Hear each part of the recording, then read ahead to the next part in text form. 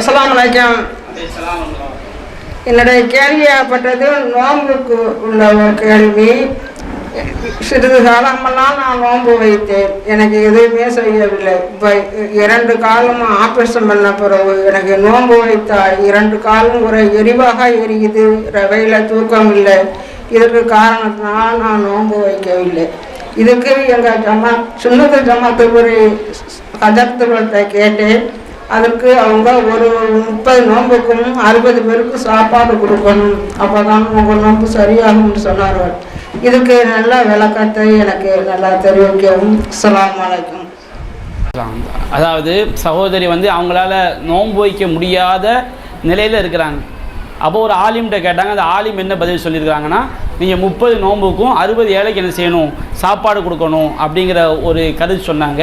இது மார்க்க அடிப்படையில் அவங்க சொன்ன கருத்து மார்க்கத்தில் உள்ளதா, அது மார்க்கத்துக்கு மாற்றமானதான் கேள்வி கேட்குறாங்க. பொதுவாக ஒன்றை நாம் விளங்கிக் கொள்ள வேண்டும். மார்க்கத்தில் உள்ள எந்த ஒரு வணக்க வழிபாடாக இருந்தாலும் அதை செய்வதற்கு சக்தி உள்ளவங்களுக்கு தான் கட்டாய கடமை. நினச்சிங்களா? இல்லை, குரானில் அல்லாஹ் பல வசனம் சொல்லி காட்டுறான். லா யுகல்லிஃபுல்லாஹு நஃப்ஸன் இல்லா உஸாஹா. அல்லாஹ் எந்த ஒரு ஆத்மாவையும் சக்திக்கு மீறி அல்லாஹ் நிர்பந்திக்க மாட்டான். அதுக்கு என்ன அர்த்தம்னா, அல்லாஹ் நமக்கு கடமையாக்கிய வணக்க வழிபாடுகள் சக்தி இருந்தால் மட்டும்தான் நமக்கு கடமை. எல்லாருக்கும் நமக்கு என்ன கிடையாது, கடமை கிடையாது. இப்போ ஹஜ்ஜுக்கு முஸ்லீம்கள் மேலே கடமை. ஹஜ்ஜு எல்லாரும் பண்ணணுமா? எல்லாரும் பண்ண வேண்டிய அவசியம் கிடையாது. ஃபலில்லாஹி அலன்னாசி ஹஜ்ஜுல் பைத்தி மனிஸ்தத்தா இலைஹி சபீலா. யார் அந்த அல்லாஹ்வுடைய பாதையில் ஹஜ்ஜுக்கு போல சக்தி பெற்றிருக்காங்களோ அவங்களுக்கு தான் கடமை. ஒரு ஆள் ஏழையாக இருக்கிறாரு, அவருக்கு கடமை கிடையாது. அவர் எதுவும் பரிகாரம் பண்ணணுமா? பரிகாரமும் கிடையாது. அவருக்கு கடமையே இல்லையே, அவர் எப்படி செய்வார்? அப்போ சக்காத்து இருக்குது. பண வசதி படித்தவங்களுக்கு தான் கடமை. ஒரு ஆள் பண வசதி இல்லை, என்னால் சக்காத்து கொடுக்க முடியலையே, நான் ஏதாவது பரிகாரம் பண்ண கேட்டால் பரிகாரம் கடமை இல்லாத ஒன்றுக்கு அல்லாஹ் செய்ய மாட்டான், கொஸ்டின் பண்ண மாட்டான். அப்போ நோன்பு யாருக்கு கடமை? நோன்பு நோக்கிறதுக்கு யாருக்கு சக்தி இருக்குதோ, நோன்புடைய சக்தி யாருக்கு இருக்குதோ அவங்களுக்கு தான் கடமை. சக்தின்னு சொன்னோம்னா இப்போது தற்காலிக நோய், தற்காலிக பயன் இதெல்லாம் கிடையாது. ஒரு ஆள் அறவே அல்சர் பேஷண்ட்டாக இருக்கிறாரு, கேன்சர் நோயாளியாக இருக்கிறாங்க, அந்த அம்மாவுக்கு ரொம்ப பலவீனமாக ஆகிட்டாங்க, இவங்களுக்கு நோன்பு கடமையே கிடையாது. கடமையே இல்லாத ஒன்றில் அல்லாஹ் கொஸ்டினே பண்ண மாட்டான். நாளைக்கு அல்லாஹ்ட்ட போய் நிற்கிறோம், நீ ஏமா நோன்பு வைக்கல? அல்லாஹ் எனக்கு சக்தி இல்லை, அல்லாஹ் எனக்கு சக்தி இருந்தால் என்ன செஞ்சுருப்பேன், நோன்பு வச்சுருப்பேன்.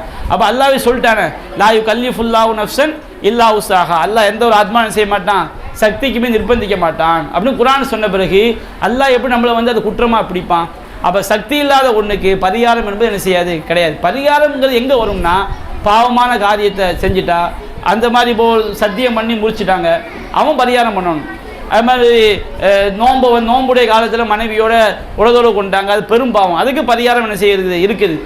நோன்பு நோக்க சக்தியே இல்லாதவங்க, அவங்களுக்கு கடமையே இல்லைங்க, அவங்களுக்கு என்ன செய்ய பரிகாரம் வராது. அந்த ஆலிம் ஏன் அந்த கருத்தை சொன்னாங்கன்னா, நபிகள் நாயகம் காலத்தில் ஆரம்பத்தில் ஒரு சட்டம் இருந்துச்சு. என்ன சட்டம்னா, இப்போ எனக்கு நோன்பு நோக்க சக்தி இருக்குது, நோன்பு நோக்க சக்தி இருக்கும்போது நான் நோன்பு வைக்காமல் ஒரு ஏழைக்கு சாப்பாடு கொடுக்கலாம் அப்படிங்கிற சட்டம் ஆரம்பத்தில் இருந்துச்சு. குர்ஆன் எல்லாம் சொல்லி காட்டுறான்.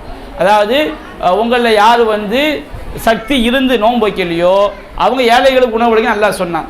அதுக்கப்புறம் அல்லாஹ் என்ன செஞ்சிட்டானா, நல்ல யோசிச்சுக்கிடுங்க, குர்ஆனில் சொல்லப்பட்ட சட்டம் என்ன, ஆரம்ப சட்டம் சக்தி உள்ளவங்க நோன்பு வைக்காமல் இருந்தால் ஒரு ஏழைக்கு சாப்பாடு கொடுக்கணும் குர்ஆன் சொல்லிச்சு. அதுக்கு பிறகு அல்லாஹ் குர்ஆனில் சட்டம் சொல்லிட்டான், ஃபமன் ஷஹித மின்குமு ஷஹர ஃபலியசுமுஹு.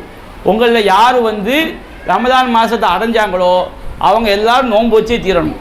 ரமதான் மாதத்தை அடைஞ்சால் நோன்பு வச்சே தீரணும். நோயாளியாக பயணத்தில் இருந்தால் மற்ற நாட்கள் என்ன செஞ்சுக்கலாம், வைத்துக்கொள்ளலாம். அந்த சலுகையெல்லாம் இப்போ ரமதான் மாதத்தை அடைஞ்சிட்டோம், நோன்பு வைக்க சக்தி இருக்குது, இப்போ நோன்பு வைக்காமல் சாப்பாடு கொடுக்க முடியாது. அந்த சட்டத்தை எல்லாம் மாற்றிட்டான். ஆரம்பத்தில் சட்டத்தை எல்லாம் மாற்றி நோன்பு வைக்க சக்தி உள்ளவங்க எல்லாரும் நோன்பு வச்சிடணும். ஊரில் இருந்தால், பயணம் செய்யாமல் இருந்தால், நோய் இல்லாமல் இருந்தால் கண்டிப்பாக நோன்பு வச்சிடணும். அதே நேரத்தில் நோயாளியாக பயணத்தில் இருக்காங்களா, நோயாளியாக இருக்கிறாங்க, பயணத்தில் இருக்கிறாங்க, அவங்க வேறு நாட்கள் என்ன செய்யலாம், வைத்துக்கொள்ளலாம். அப்போ அந்த சட்டம் தான் மாற்றப்பட்டதே தவிர, நோன்பு வைக்க சக்தியே இல்லாதவங்க, கடமையே இல்லாதவங்க பரிகாரம் செய்யணும்னு என்ன செய்யப்படல, குர்ஆனில் என்ன செய்யப்படல, சொல்லப்படலை. அவங்க அந்த அடிப்படையில் உங்களுக்கு அதவே முடியாதுங்கிறீங்க, என்ன செய்ய வேண்டியதில்லை, அது எந்த பரிகாரமும் செய்ய வேண்டியதில்லை. அல்லாஹ் அதை கொஸ்டின் பண்ணவே மாட்டான்.